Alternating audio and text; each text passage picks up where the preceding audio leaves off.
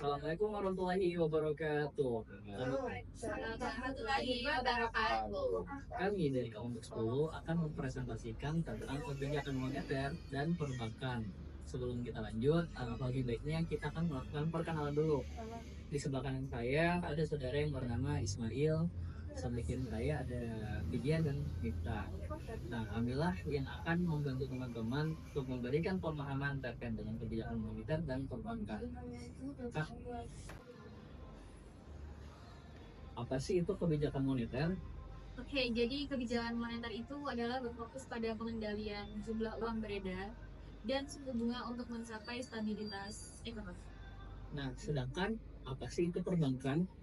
Nah, jadi sektor perbankan itu adalah sistem yang menyediakan layanan keuangan bertindak sebagai perantara dalam ekonomi. Oke, itulah tadi terkait penjelasan tentang kebijakan moneter dan perbankan.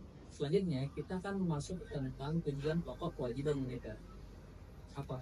Tujuan pokok kebijakan moneter kestabilan harga, ketahanan inflasi dalam mencapai pertumbuhan ekonomi yang berkeseimbangan dalam jangka panjang, kestabilan nilai rupiah terhadap barang dan jasa, kestabilan rupiah terhadap mata uang negara lain.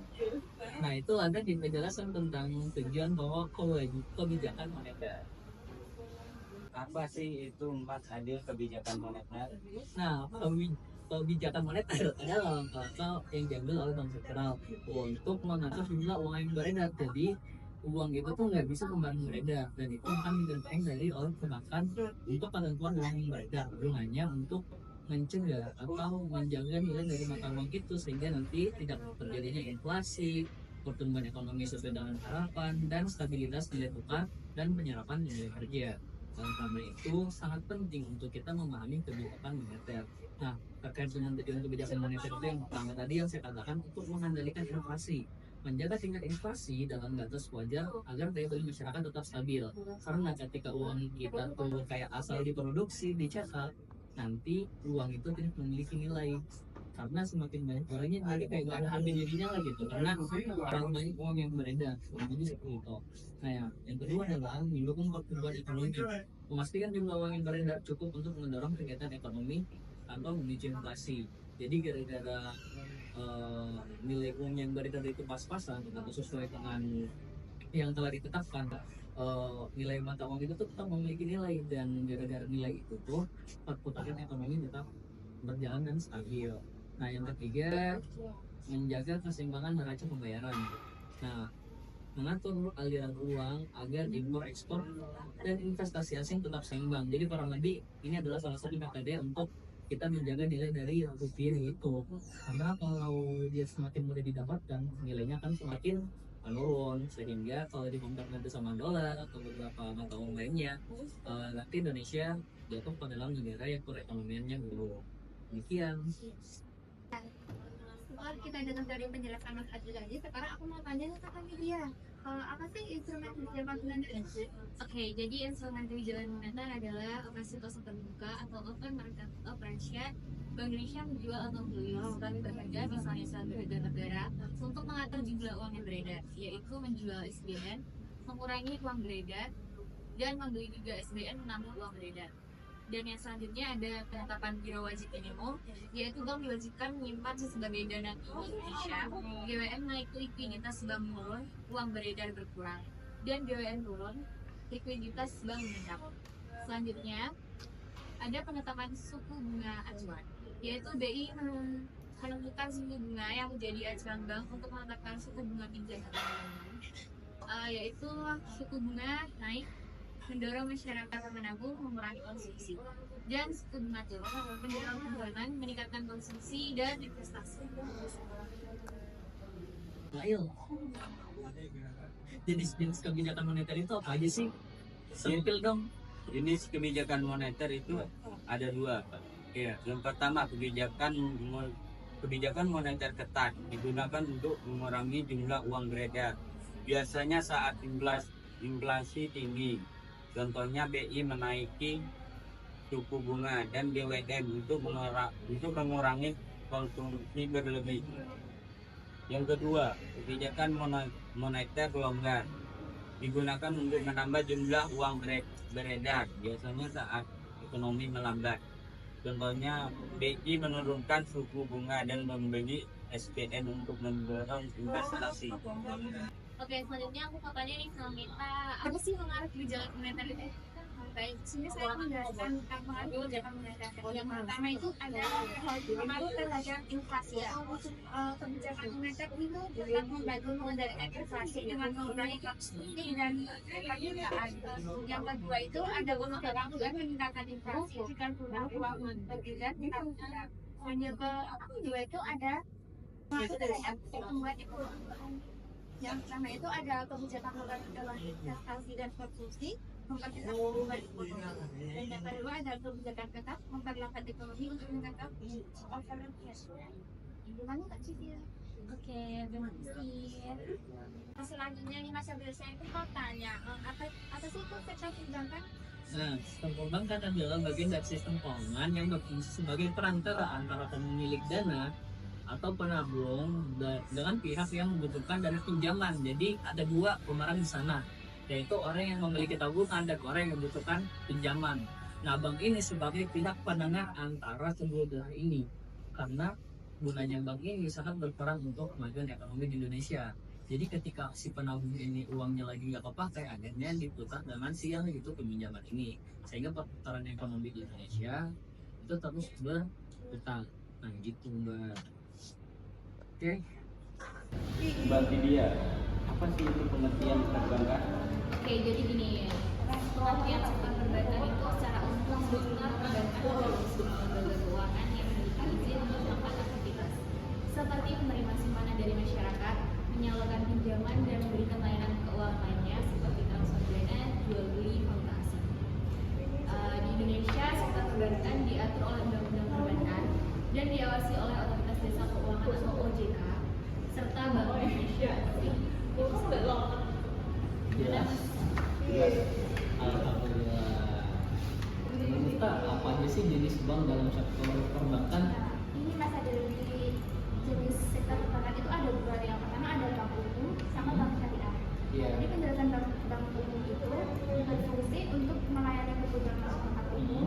Contohnya itu ada layanan tabungan, giro, deposito, kredit usaha, dan transaksi valuta asing. Terus ada bank syariah. Bank syariah itu beroperasi berdasarkan prinsip syariah Islam seperti larangan riba dan transaksi spekulatif. Nah, contoh dari bank syariah ini ada bank syariah Indonesia atau BSI. Oh gitu. Penjelasannya sangat memuaskan sekali. Terima kasih. Oke Mas Ismail, ini aku mau tanya nih, kayaknya kurang jelas ya tadi. Mungkin aku mau tanya nih, fungsi sektor perbankan apa sih? Fungsi sektor perbankan itu ada banyak lah. Apa aja sih itu Mas? Yang pertama ada penghimpunan dana. Bank menerima simpanan dari masyarakat dalam bentuk tabungan, giro, dan deposito. Contoh, seseorang menabung di bank untuk menyimpan uangnya dengan aman. Yang kedua, penyaluran dana. Bank menyalurkan dana kepada masyarakat dalam bentuk kredit. Contoh kredit usaha kecil membantu pelaku UMKM mengembangkan bisnis. Yang ketiga, perantaran pembayaran. Bank menyediakan layanan pembayaran seperti transfer uang, kredit, atau e-wallet. Contoh pembayaran belanja online melalui mobile banking. Yang keempat, menjaga stabilitas keuangan dengan mengelola likuiditas dan risiko. Bank membantu menjaga stabilitas sistem keuangan. Yang kelima, mendukung kebijakan pemerintah. Bank membantu pelaksanaan kebijakan moneter melalui instrumen giro wajib minimum dan suku bunga. Udah itu aja nih. Cukup paham ya. Oke, Mbak, seberapa penting sih sektor perbankan dalam perekonomian Indonesia? Sektor perbankan dalam perekonomian Indonesia itu sangat penting ya Mas Adi, mendorong ekonomi, meningkatkan kesejahteraan masyarakat, dan sebagai stabilisator keuangan. Untuk penjelasan dari pendorong pertumbuhan ekonomi itu, bank menyediakan dana bagi pelaku usaha untuk mengembangkan bisnisnya. Nah, terus untuk meningkatkan kesejahteraan masyarakat itu dengan mempermudah akses kredit, masyarakat bisa memenuhi kebutuhan seperti membeli rumah atau membayar pendidikan. Yang ketiga, untuk stabilisator keuangan. Nah, itu bank membantu menyeimbangkan aliran uang di masyarakat sehingga inflasi dapat dikendalikan. Itu maksudnya penjelasan dari ahlinya sektor perbankan dalam Wah, ternyata sangat penting ya teman-teman. Oke. Ya, itu tantangan dalam sektor perbankan. Oke, jadi ini tantangan dalam sektor perbankan itu ada 3, yaitu digitalisasi, keamanan data, dan kepatuhan regulasi. Dan digitalisasi itu persaingan dengan layanan fintech yang semakin berkembang. Dan keamanan data, ancaman terhadap sistem keamanan bank akibat meningkatnya serangan siber. 3, ada kepatuhan regulasi. Bank harus mematuhi aturan ketat dari OJK dan Bank Indonesia untuk menjaga stabilitas. Gitu, Mas. Nah, mungkin itu aja dari penjelasan tantangan dalam sektor perbankan. Sudah cukup, Mas. Apa sih itu? Iya mas, Kesimpulan dari sektor perbankan. kesimpulannya komponennya. Jadi sektor perbankan adalah ruang tunggu perekonomian yang menghubungkan antara masyarakat dengan sektor keuangan dengan berbagai fungsi seperti menghimpun data, menyalurkan kredit, dan membangun kebijakan ekonomi. Sektor ini memegang peran penting dalam membentuk pertumbuhan dan stabilitas ekonomi. Mas Ismail, gimana mas? Ya, Mas. Iya. Iya. Jadi kesimpulannya apa loh? Kesimpulan dari kebijakan moneter adalah alat penting untuk menjaga stabilitas ekonomi dan memastikan pertumbuhan yang berkelanjutan.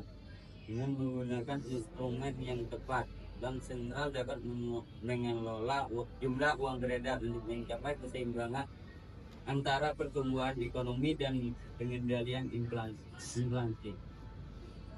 Udah itu aja maksudnya. Oh itu aja. Udah. Udah nggak ada lagi.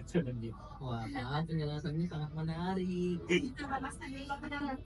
Sekarang cukup sih, penjelasannya sudah sangat jelas dari saudara Ismail Sultan.